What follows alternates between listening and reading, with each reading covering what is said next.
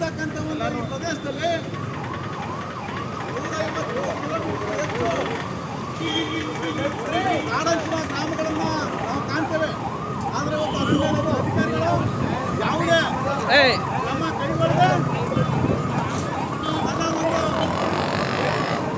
ಪ್ರಾಣಿಗಳನ್ನ ತಗೊಂಡು ಇವತ್ತು ಕಾಡಿನಲ್ಲಿ ಇರ್ತಕ್ಕಂಥ ಪ್ರಾಣಿಗಳು ಗ್ರಾಮಕ್ಕೆ ಅಗ್ಗಿಯನ್ನಿಟ್ಟು ರೈತರ ಎಲ್ಲ ಬೆಳೆಗಳನ್ನು ತಿಂದು ಹಾಕ್ತಕ್ಕಂಥ ತಮಗೆಲ್ಲ ತಿಳಿದಿರುವಂಥ ವಿಚಾರ.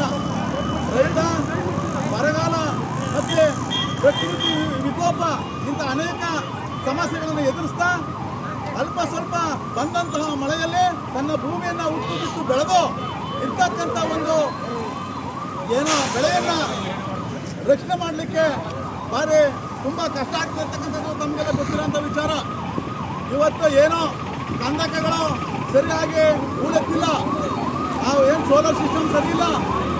ಈಗ ಆಳೆಗಳು ಏನೇ ಬಂದರೂ ಸಹ ಅಧಿಕಾರಿಗಳಿಗೆ ಇವತ್ತು ರೈತರಿಗೆ ಏನೋ ರಾತ್ರಿ ಬಂದಂಥ ಸಂದರ್ಭದಲ್ಲಿ ಫೋನ್ ಕಾಲ್ ಮಾಡಿದಾಗ ಅಧಿಕಾರಿಗಳನ್ನ ಸರಿಯಾಗಿ ಒಂದು ಸಲಕರಣೆಗಳಿಲ್ಲದೆ ಇವತ್ತು ಅವರು ಸಹ ಅಂದಂಥ ಪರಿಸ್ಥಿತಿ ಆಗಿದೆ. ಬಂಧುಗಳೇ, ರಾತ್ರಿ 1 ಗಂಟೆಗೆ ಆನೆಗಳು ಬರ್ತವೆ.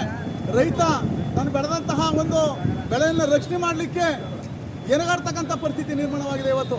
ಹಂಗಾಗಿ ಅರಣ್ಯ ಇಲಾಖೆ ಸೂಕ್ತ ಕ್ರಮ ಕೈಗೊಳ್ಳಬೇಕು. ಇಲ್ಲವಾದರೆ ನಾವು ಉಗ್ರ ಹೋರಾಟವನ್ನು ಮಾಡಬೇಕಾಗಿತ್ತೆ ಅಂತೇಳಿ ಕರ್ನಾಟಕ ರಾಜ್ಯ ರೈತ ಸಂಘ ಮತ್ತು ಹಸಿರು ಸೇನೆ ಸಾಮೂಹಿಕ ನಾಯಕತ್ವದ ಒಂದು ಹೋರಾಟ ಈ ಮೂಲಕ ತಮಗೆಲ್ಲ ತಿಳಿಸುತ್ತೆ.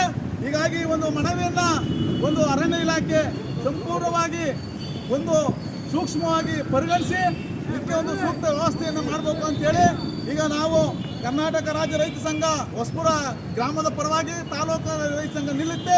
ಅವರ ಹೋರಾಟವನ್ನು ಮುಂದುವರಿಸಬೇಕಾಗುತ್ತೆ. ಅದನ್ನು ಸೂಕ್ತ ಒಂದು ಪರಿಹಾರವನ್ನು ಕೊಡೋದಾರೆ ಅಂತ ಹೇಳ್ತಾ ನಮ್ಮ ಮಾಹಿತಿ ಮುಗಿಸ್ತಾ ಇದ್ದೀವಿ.